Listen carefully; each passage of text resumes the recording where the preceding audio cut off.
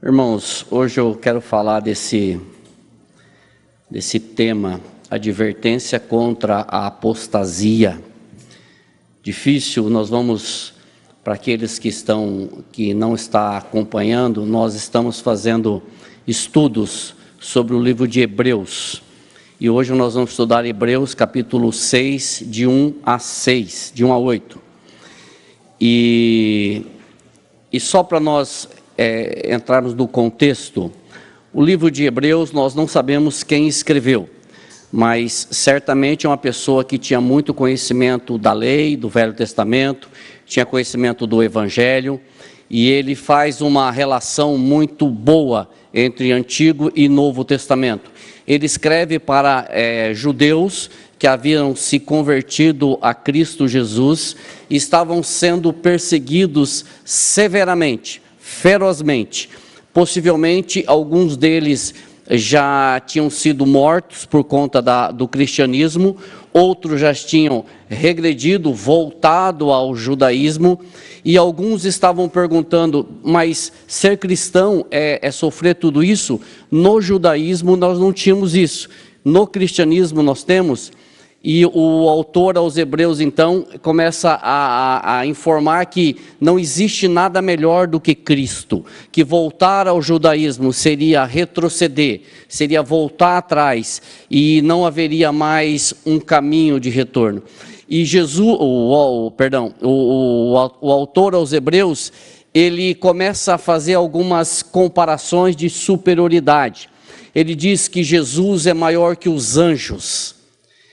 Depois ele diz que Jesus é maior que Moisés. Depois ele diz que Jesus é maior que Arão. Depois ele diz que Jesus é maior que o sacerdócio levítico. Todas essas, tanto os anjos como Moisés, como Arão, como o sacerdócio levítico, eram muito importantes para aqueles irmãos, para aqueles judeus convertidos. Então o autor aos Hebreus, ele vem desmistificando, ele vem mostrando que o que eles tinham recebido era superior a todos aqueles ritos do Velho Testamento, todas aquelas passagens, aqueles ritos, aqueles animais, aqueles sacrifícios do Antigo Testamento tinham se cumprido em Cristo Jesus. Não precisava ficar mais fazendo sacrifícios, matando animais, fazendo todos aqueles rituais, porque isso se concretizou em Cristo Jesus. E aí ele faz algumas advertências severas, e no capítulo 5, se você tiver a sua Bíblia, eu não vou projetar aqui, o capítulo 5, versículo 13 e 14, ele diz assim para aqueles irmãos, parafraseando: olha, vocês precisam prosseguir, vocês são crianças, vocês não crescem, vocês precisam de leite, vocês precisam de alimento, mas eu ainda estou alimentando vocês com leite. Vocês precisam crescer, precisam deixar as coisas passadas e prosseguir para o alvo, prosseguir para algo melhor. E essa advertência, ela também serve para nós. Não é só para aqueles irmãos, nós também precisamos crescer, nós precisamos avançar, nós não podemos ficar só na base, só na superficialidade. É uma advertência que foi para aqueles irmãos e é uma advertência que serve para nós também. E aí no capítulo 6, segundo os autores, os estudiosos, é um dos textos mais difíceis da Bíblia. Quem mandou eu querer pregar Hebreus?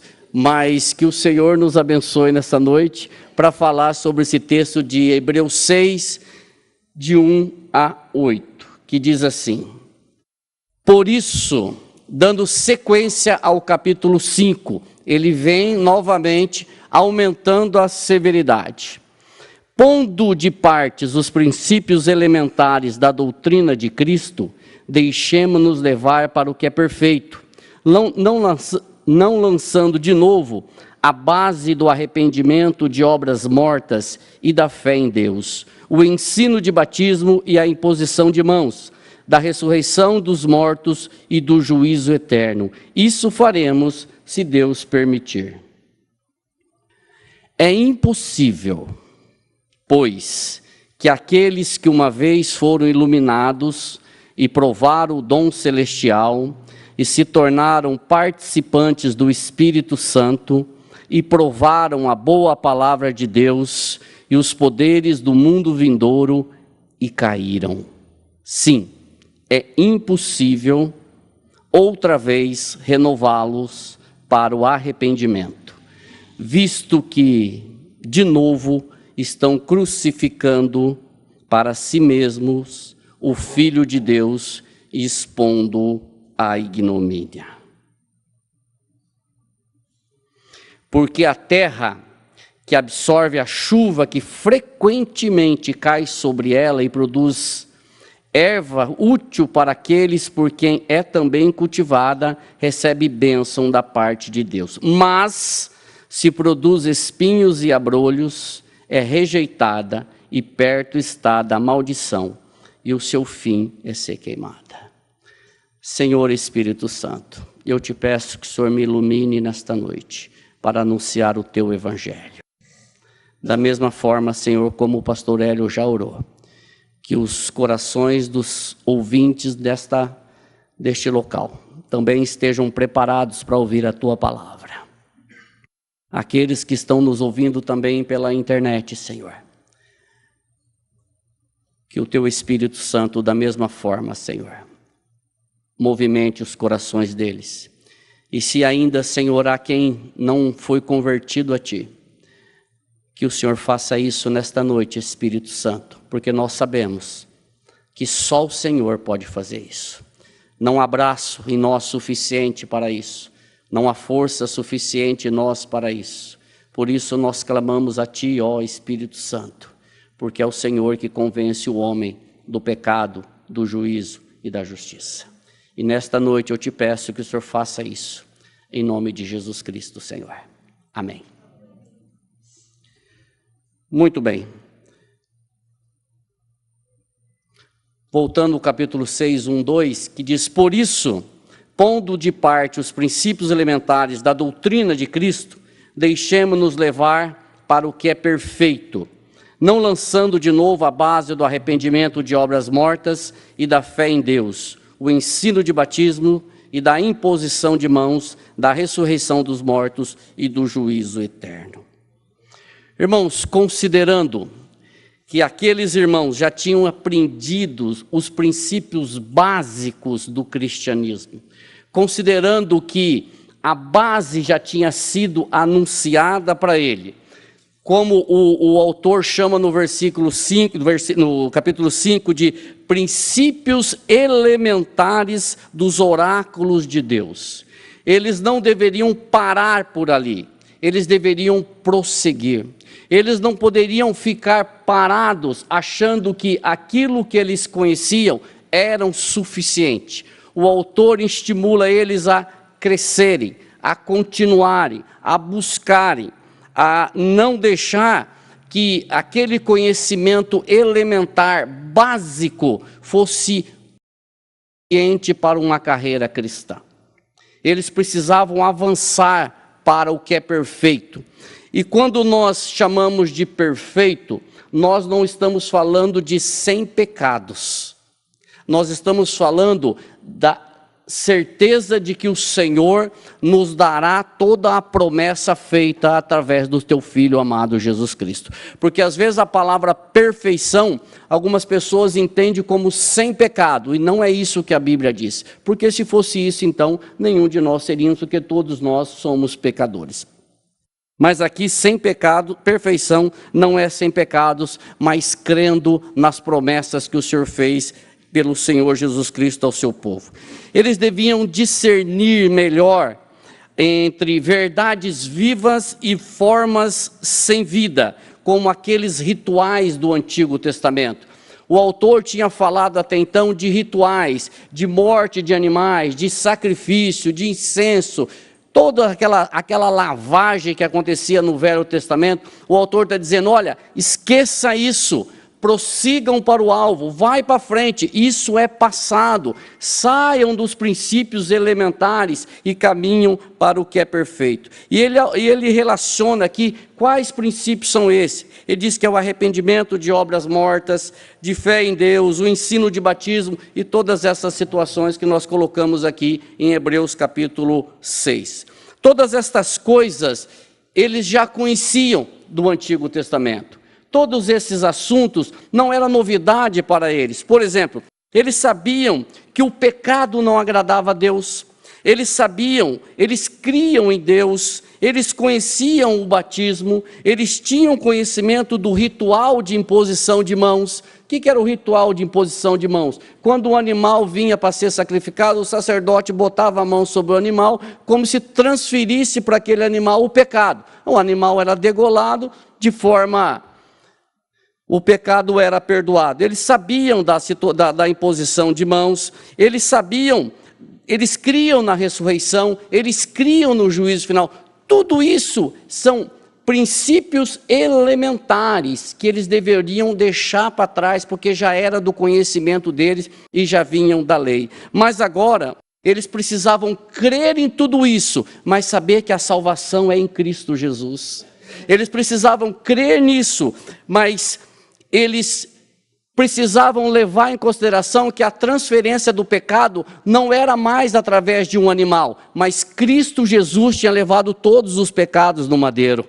Não precisava mais impor as mãos sobre um animal, simbolicamente transferindo o pecado, porque todo o pecado da humanidade foi sobre Cristo Jesus na cruz do Calvário. E lá um pouco mais para frente, em Hebreus 9, 27, ele diz, porque Cristo morreu uma única vez. Então eles precisavam deixar essas coisas para trás, eles precisavam esquecer, lembrar que havia um juiz, e esse juiz é Cristo, que no juízo final, ele se levantará como Senhor e como juiz. Então, o autor diz para eles, olha, essas coisas vocês precisam deixar para trás. E o interessante é que o autor ele se coloca na mesma relação dele, quando diz assim, ó, deixemo-nos levar. Deixemo-nos levar. Ou seja, ele precisa também de um aperfeiçoamento. Irmãos, nenhum de nós podemos dizer que já chegamos no topo. Nenhum de nós podemos dizer que conhecemos tudo sobre Deus, conhecemos tudo sobre Cristo, porque isso seria uma grande bobagem, uma grande mentira. Por isso que esse aperfeiçoamento, esse caminhar, essa sequência é também para nós. Deixemos-nos levar para o que é perfeito, ou seja, prossigamos. Não podemos ficar só na base, só no alicerce, só na superficialidade. Nós precisamos crescer, irmãos. Nós não podemos ficar mais naquelas perguntinhas básicas, naquelas coisinhas corriqueiras. Nós precisamos crescer na graça e no conhecimento. Nós precisamos aprender mais do Senhor. Nós precisamos orar mais. Nós precisamos nos relacionar mais com Ele. Assim nós vamos crescer na graça e no conhecimento. Nós entendemos que não há um fim neste processo. Não há um fim neste processo de aperfeiçoamento ou de conhecimento. Todos nós precisamos a cada dia crescer. Ninguém pode chegar e dizer que já conheceu tudo. E a figura que muitos autores utilizam para explicar essa passagem com mais clareza é a construção de uma casa. Quando os construtores sabem melhor que eu, que você faz o alicerce, faz a base, mas não dá para ficar olhando para o alicerce e dizer, puxa, a casa está pronta. Não dá para ficar, entre aspas, adorando o alicerce. Não dá para ficar dizendo para o alicerce, ó, beleza, estou olhando para você. Não, é preciso levantar a casa, é preciso colocar tijolo, é preciso colocar cimento, acabamento, telha, é preciso terminar a casa. É necessário ter um alicerce sólido, firme, mas o alicerce em si, ele não é a casa. É a mesma coisa conosco. Esses irmãos, eles tinham o alicerce, eles conheciam a base, e o autor diz para eles, tá bom, o alicerce está aqui, prossigamos para o alvo, prossigamos para o que é melhor, prossigamos para o que é perfeito.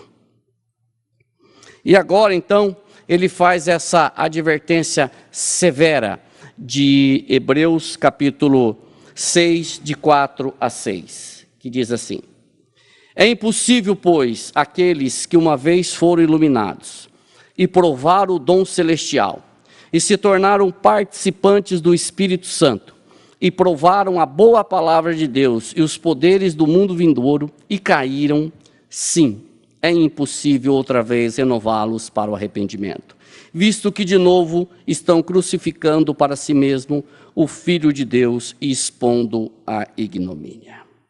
Tá bom.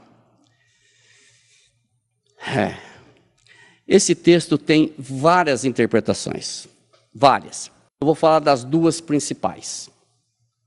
Primeira, uma interpretação de que aqui se trata de crentes verdadeiros e que pecaram de tal forma, que se afastaram de tal forma do Senhor, que caíram.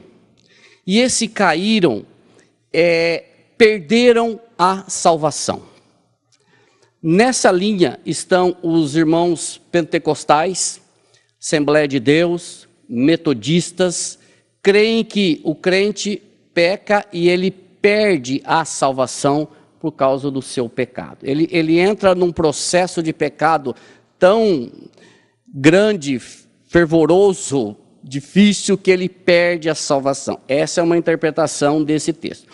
Uma outra interpretação, e essa é a nossa interpretação reformada, que esse texto não fala de irmãos fiéis, crentes verdadeiros. Falam de pessoas que estiveram no meio da igreja, que experimentaram, que caminharam com os irmãos, que participaram até de ceia, mas que nunca creram de verdade.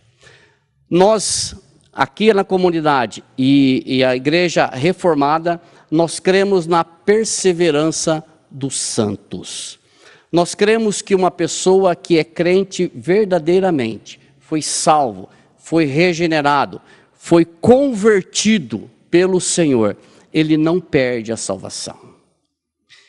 Eu não estou dizendo que o crente não peca, por favor, não me entenda mal. Eu estou dizendo que o crente verdadeiro, ele não perde a salvação. Ele pode até ter uns tropeços, mas ele volta. Esse é o crente verdadeiro. Eu vou dizer para vocês o seguinte, tem outras interpretações, nós vamos ficar com essas duas. Eu vou usar aqui, parafrasear Augusto Nicodemos. Eu não estou dizendo que essa é a melhor interpretação, mas talvez seja a que responda maior número de perguntas a respeito do assunto. Então nós vamos ficar com essa interpretação, de que o cristão verdadeiro, aquele que realmente é crente, ele não perde a salvação. E aí nós vamos falar um pouquinho desta passagem, porque o centro desta passagem está na palavra caíram. Caíram. O centro dela está na palavra caíram. E cair para aqueles irmãos, para quem o livro foi escrito, era voltar atrás, era voltar ao judaísmo. E para voltar ao judaísmo, ele tinha que dizer, Jesus é maldito. Ele tinha que dizer, anátema para o Senhor Jesus. Porque se ele não fizesse isso, ele não poderia voltar para o judaísmo e para a sinagoga. Então, aqueles irmãos, não era simplesmente fingir que estava voltando, eles tinham que praguejar, eles tinham que chamar Jesus de maldito. Por isso que seria impossível eles retornarem. É necessário esclarecer que cair não está aqui relacionado a pecados corriqueiros. Eu não estou falando aqui de ciúmes, eu não estou falando aqui de ira, eu não estou falando aqui de adultério, eu não estou falando aqui de mentira. Eu não estou falando desse tipo de pecado. O texto não fala desse tipo de pecados. Apesar que qualquer pecado é ofensa contra Deus. Mas esses pecados nós cometemos, e quando nós pedimos perdão, nós recebemos o arrependimento, nós voltamos à presença de Deus. Não é esse tipo de pecado que o texto está falando. Todos quantos são os pecados são as quedas. Nesse texto, porém, não está falando deste tipo de pecado, também não está falando de furto, também não está falando de embriaguez, também não está falando de nada disso. Aqui trata de uma apostasia irreversível do Evangelho. Não apenas em alguma coisa isolada pela qual o pecador haja ofendido a Deus, mas no fato de haver ele renunciado definitivamente à graça. É disso que o texto fala. Queridos irmãos, há dois tipos de membros de igreja que nós precisamos identificar. Um é da igreja visível, outro é da igreja invisível. Na igreja visível é fácil. Eu estou olhando para vocês e vejo os membros da Comunidade Cristã de Londrina, Assembleia Presbiteriana, Batista, Metodista. Este é o membro da igreja visível. E da igreja invisível? Quando eu disse para vocês que o que nós cremos na perseverança dos santos é o da igreja invisível. O apóstata é alguém que renuncia à palavra de Deus, que se nega a aprovar o dom celestial e que desiste de participar do Espírito. E isso significa uma total renúncia de Deus. Um dos primeiros passos rumo à apostasia é quando o apóstata vai abandonando gradualmente suas responsabilidades pessoais, a oração particular, a vigilância, a tristeza pelo pecado, o controle da lascívia, etc. Vai se afastando, vai se deixando levar, vai abandonando, vai achando que tudo é normal, que tudo é comum, que tudo pode, que os irmãos são quadrados, que o evangelho não é isso, que o pecado não faz mais efeito.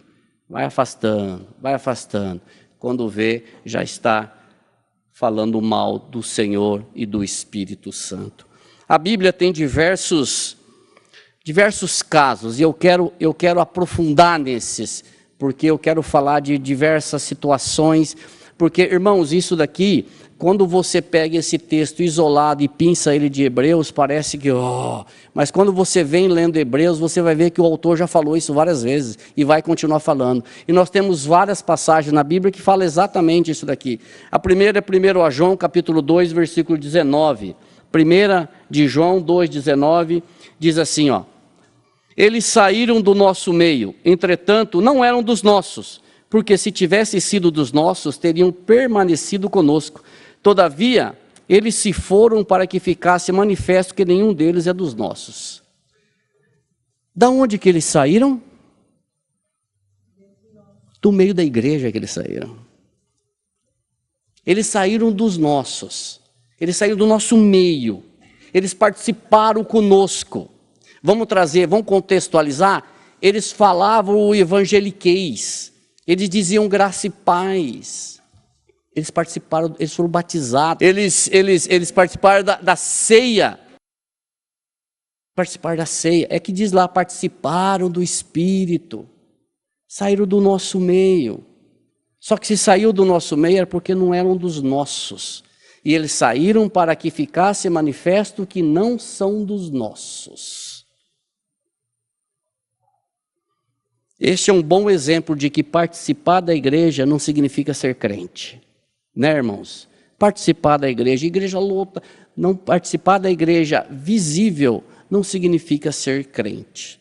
E aqui eu tenho uma frase, a apatia e a hostilidade interior ao evangelho pode ser disfarçada muito bem pelo exterior. O exterior pode ser muito bonito. A Bíblia fala alguma coisa sobre o túmulo, né? Túmulo bonito por fora, mas por dentro. Então, a apatia pode ser disfarçada muito bem pelo exterior. Só que o coração, quem conhece, é o Senhor. E aqui no próprio livro de Hebreus, como eu disse, no livro de Hebreus ele já fala sobre isso. No livro de Hebreus, capítulo 3, mais uma coisa que o autor dos Hebreus fala.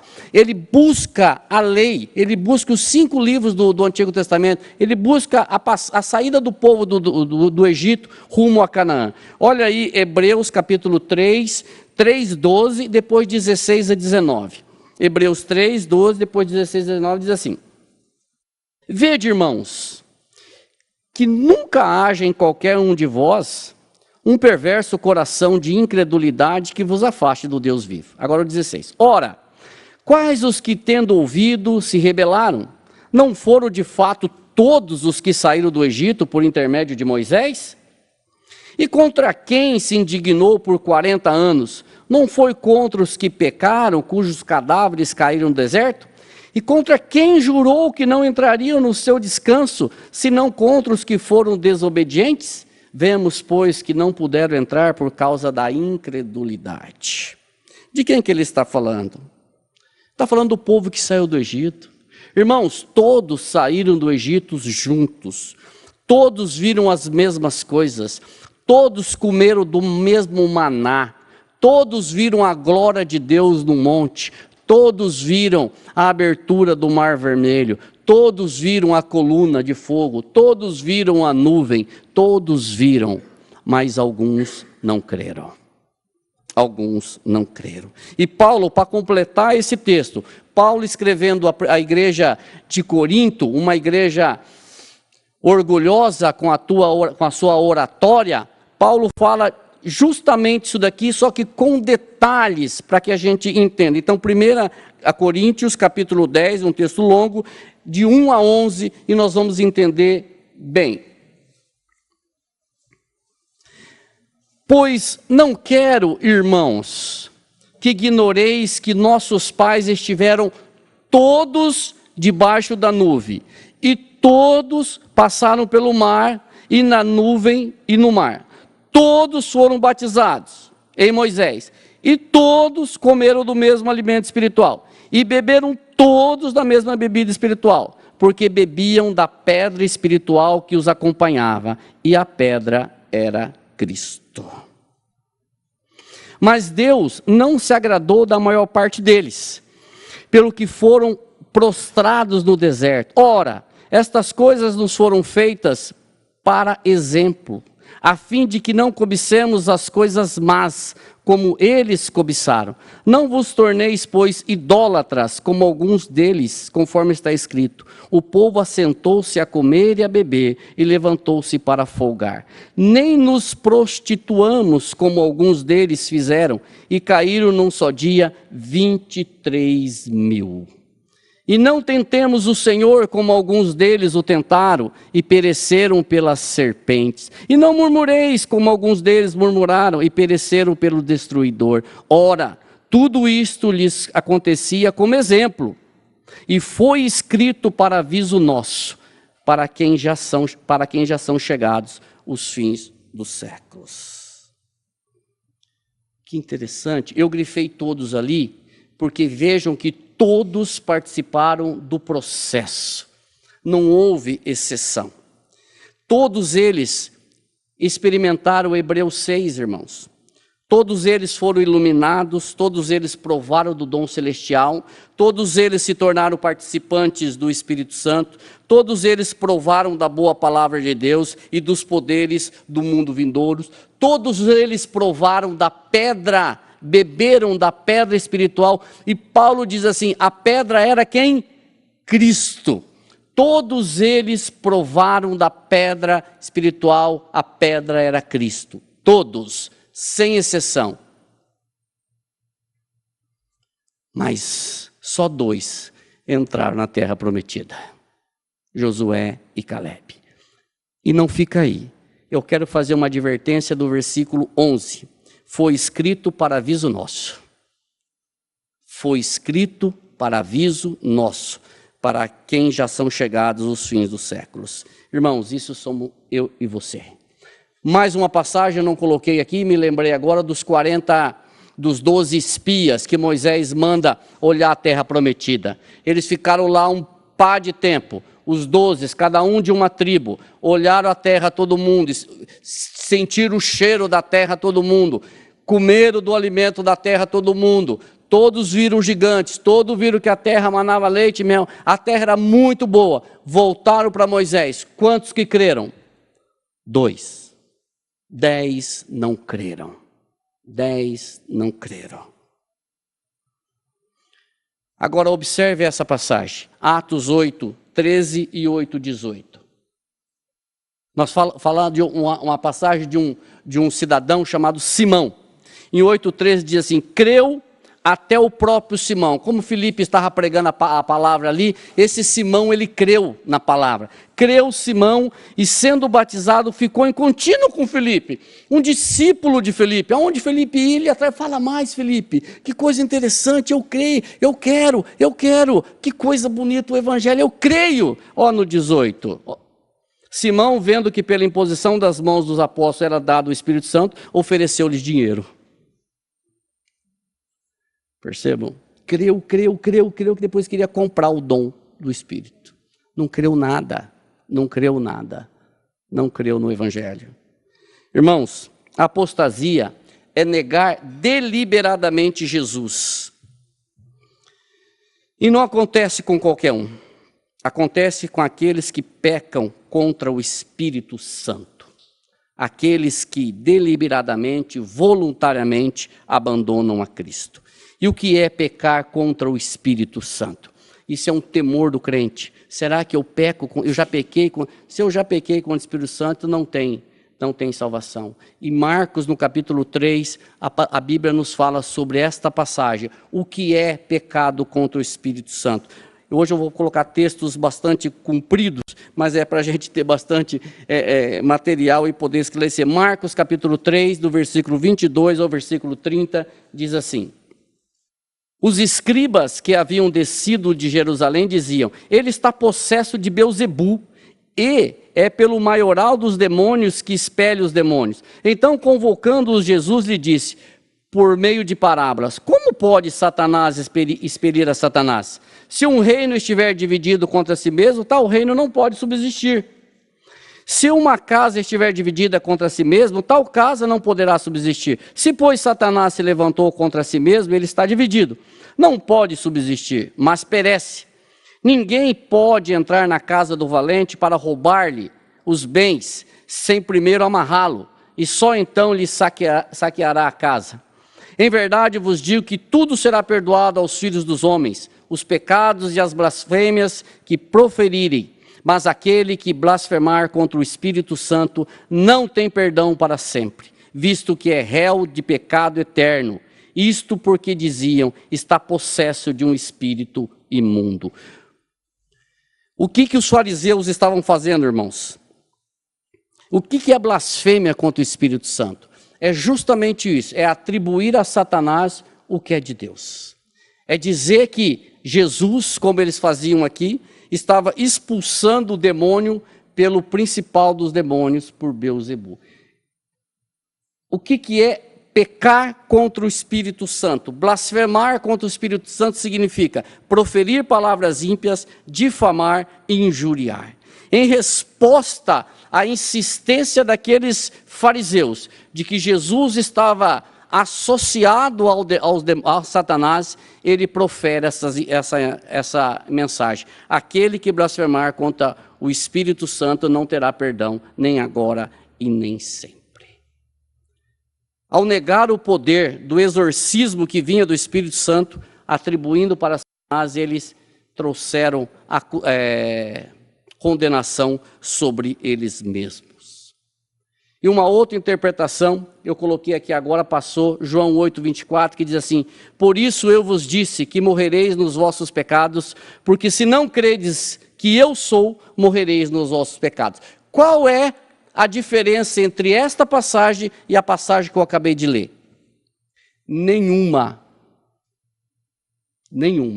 Porque se nós rejeitarmos a Cristo, se o homem rejeitar Cristo como teu Senhor e Salvador, como Filho de Deus, não há outro lugar para ele, senão ao inferno. Eu sei que a mensagem não é gostosa de ouvir, mas é a pura verdade. Nós estamos vivendo num período, irmãos, que a apostasia ela vai ser muito forte. Muito forte. Pessoas deixando o Evangelho, deixando a Cristo por um punhado de coisas. Por rituais, por cirurgias espirituais que a gente tem visto aí tanto, sendo desvendada agora, por um monte de outras situações, por buscar imediatismo, por buscar curas, sinais, como foi lido aqui, mas nós ficamos com Cristo e este crucificado. Nós ficamos com o Senhor.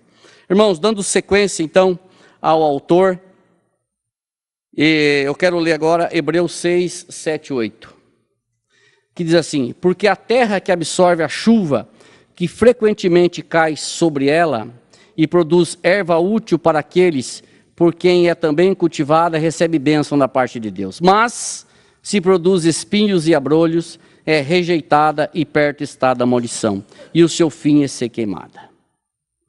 Para explicar melhor sobre este assunto, ele faz essa analogia da terra, que é um assunto que eles conheciam muito bem. A terra, ela tem duas opções: ou ela se torna uma erva útil, que ela produz alimentos próprios, ou ela produz espinhos e abrolhos. De acordo com o simbolismo, na verdade a terra significa quem ouve o Evangelho. Nessa passagem, a terra é quem ouve o Evangelho, e a chuva é a palavra que cai frequentemente sobre essa terra. E aí vem para nós somos uma terra que produzimos erva útil, ou nós somos uma terra que produzimos espinhos e abrolhos? Nós somos uma terra que produz, ou nós somos uma terra para ser queimada? Já viram queimada de terra, como é que é? As pessoas queimam a terra para ver se produz alguma coisa. Às vezes a terra é tão ruim, precisa queimar, né? Para ver se ela dá uma reagida.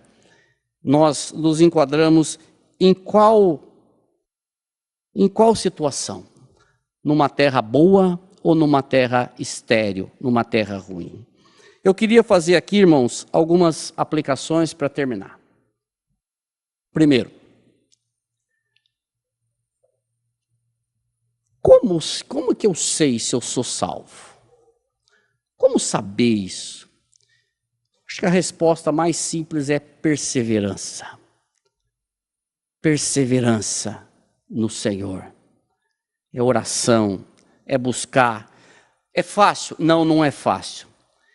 Crente passa por problemas de monte.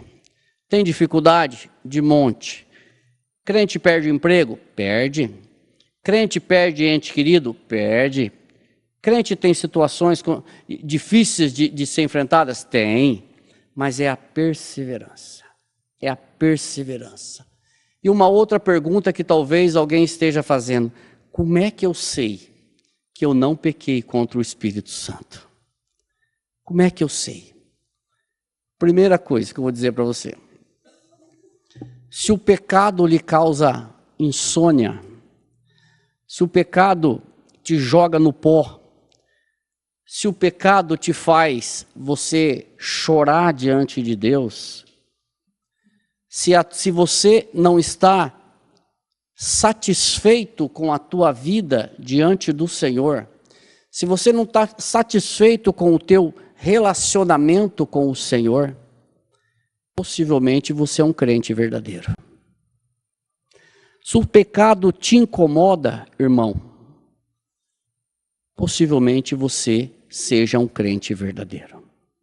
Agora, se o pecado não te incomoda, se o pecado tanto faz como tanto fez, se você acha que o teu relacionamento com Deus está bom, se você está top com Deus já chegou no ápice da tua vida espiritual, eu acho melhor você rever o teu posicionamento com o Senhor. Nós nunca vamos chegar no top. Então eu deixo essa passagem para você. Os apóstatas, eles não se incomodam com o pecado mais. Eles negaram Jesus. Eles disseram: Jesus é anátema. Eu não quero Jesus. Eu não preciso de Jesus. Estes são os apóstatas. O crente, o irmão, a irmã, ele fala diferente. Eu sou totalmente dependente desse Jesus. Se não for esse Senhor, eu não consigo falar uma palavra. Esta é a diferença entre o crente verdadeiro e aqueles que talvez esteja no nosso meio. Não estou falando do nosso meio aqui, por favor, mas do meio do crente.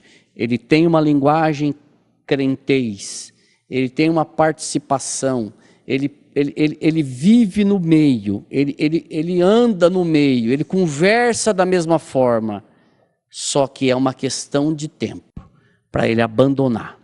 Irmãos queridos, nós cremos na perseverança dos santos. Nós cremos que aquele que foi um dia salvo, verdadeiramente convertido, ele não vai perder a salvação. Nós não cremos que uma pessoa de manhã é salva e à noite vai para o inferno. Nós não cremos assim. Nós cremos que uma vez salvo, ele vai perseverar. Ele vai perseverar. Não é aquela conversinha de fiada de que já estou salvo, sou predestinado. Irmãos, a vida cristã é uma vida de perseverança, é uma vida de luta, é uma vida de oração, é uma vida de busca diante do Senhor. E que o Espírito Santo incomode você, mas incomode mesmo, você entendeu? O seu coração, para que você se lance diante dele, busque a presença dele, dependa dele, porque as nossas forças não nos levam a lugar nenhum.